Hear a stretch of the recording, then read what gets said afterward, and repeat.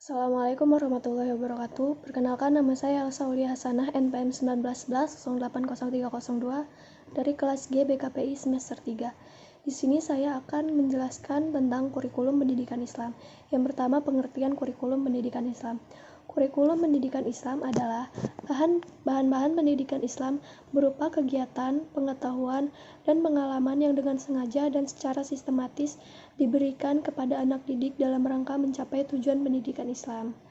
Berdasarkan penjelasan tersebut dapat disimpulkan bahwa kurikulum pendidikan Islam yaitu merupakan satu komponen pendidikan agama berupa alat untuk mencapai tujuan.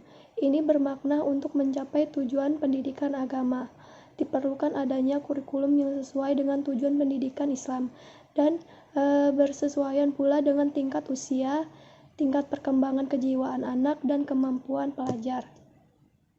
Yang kedua, fungsi dan tujuan kurikulum pendidikan Islam. Yang pertama ada fungsi penyesuaian. Fungsi penyesuaian memiliki arti bahwa kurikulum merupakan sebuah alat dalam pendidikan yang harus mengarahkan peserta didik agar supaya memiliki sifat well-adjust, yaitu mampu menyesuaikan dirinya dengan lingkungan sekitar, baik lingkungan fisik maupun lingkungan sosial. Yang kedua, fungsi integrasi.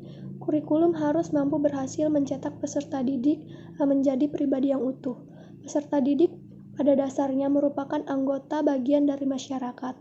Oleh karena itu, peserta didik harus memiliki kemampuan yang dibutuhkan dalam masyarakat. Yang ketiga, fungsi diferensiasi. Fungsi diferensiasi yaitu kurikulum harus mampu memberikan pelayanan terhadap keragaman setiap individu. Setiap peserta didik pasti memiliki beragam karakteristik, baik dari fisik dan psikis yang harus dilayani dengan baik. Yang keempat, fungsi persiapan. Kurikulum harus mampu mempersiapkan peserta didik di lembaga terkait untuk melanjutkan ke jenjang pendidikan selanjutnya. Yang kelima, fungsi pemilihan. Kurikulum harus mampu memberikan kesempatan kepada peserta didik untuk memilih program studi yang diminati dan sesuai kemampuannya. Yang keenam, fungsi diagnostik. Kurikulum harus mampu mengorganisir atas setiap kesulitan yang dihadapi peserta didik dalam kesulitan belajarnya. Selanjutnya ada tujuan kurikulum. Berdasarkan hasil Kongres Pendidikan Islam Sedunia tahun 1980 di Islamabad menyebutkan bahwa pendidikan Islam haruslah bertujuan mencapai pertumbuhan kepribadian manusia yang menyeluruh secara seimbang melalui latihan jiwa, intelek, diri manusia yang rasional, perasaan, dan indera. Karena itu, pendidikan harus mencapai pertumbuhan manusia dalam segala aspeknya, seperti spiritual, intelektual, imajinatif, fisik, ilmiah, dan bahasa secara individual maupun kolektif. Tujuan akhirnya adalah dengan perwujudan kedudukan yang sempurna kepada Allah, baik secara pribadi, komunitas, maupun seluruh umat manusia.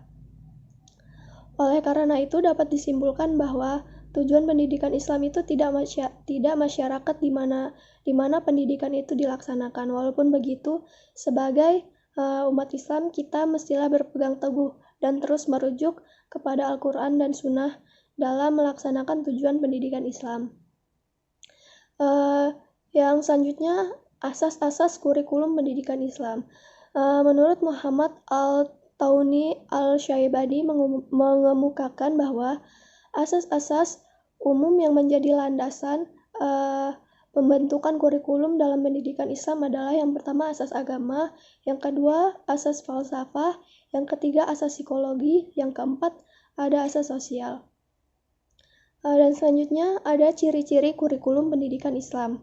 Menurut Al-Syaibani ada beberapa ciri-ciri khusus kurikulum dalam perspektif pendidikan Islam, antara lain yang pertama, Kurikulum pendidikan Islam mengedepankan dan mengutamakan agama dan akhlak dalam berbagai tujuannya. Yang kedua, kandungan dan cakupan kurikulum pendidikan Islam bersifat menyeluruh, yang mencerminkan semangat pemikiran dan ajaran Islam yang bersifat universal dan menjangkau semua aspek kehidupan, baik intelektual, psikologis, sosial, dan spiritual. Yang ketiga, kurikulum pendidikan Islam merupakan keseimbangan yang relatif di dalam muatan keilmuannya, baik ilmu-ilmu syariat, ilmu akal, dan bahasa serta seni. Di samping kurikulum pendidikan Islam menyeluruh cakupan dari kandungannya, ia juga memperhatikan keseimbangan relatif. Disebut keseimbangan relatif karena mengakui bahwa tidak ada keseimbangan yang mutlak pada kurikulum pengajaran. Yang terakhir ada prinsip kurikulum pendidikan Islam. Al-Abrashi memberikan pemahaman tentang kurikulum pendidikan Islam berdasarkan prinsip-prinsip Al-Syaibani dengan menitik beratkan kepada beberapa bidang antara lain. Yang pertama, materi yang bersifat keagamaan diberikan kepada peserta didik dengan maksud terbentuknya jiwa peserta didik yang sempurna dan utama. Yang kedua, materi keagamaan mendapatkan prosi yang telah dibandingkan ilmu lain karena materi ini merupakan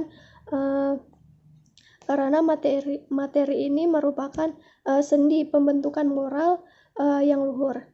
Ketiga, selain memberikan materi yang bersifat keagamaan, kurikulum pendidikan Islam juga menaruh perhatian terhadap materi yang bersifat keduniaan dengan tujuan memberikan pengalaman untuk bergaul dengan sesama manusia. Yang keempat, ilmu pengetahuan yang dipelajari dalam Islam memperhatikan prinsip ilmu untuk ilmu, yang karenanya mempelajari pengetahuan dalam pandangan para pemikir Islam merupakan suatu kenikmatan.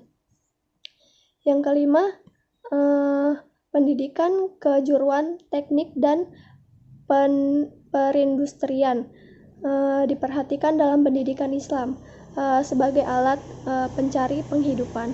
Yang keenam, suatu materi adalah alat dan pembuka untuk mempelajari ilmu-ilmu lain. Sekian presentasi pemaparan dari saya. Bila ada kesalahan dan kelebihan, mohon maaf. Terima kasih. Wassalamualaikum warahmatullahi wabarakatuh.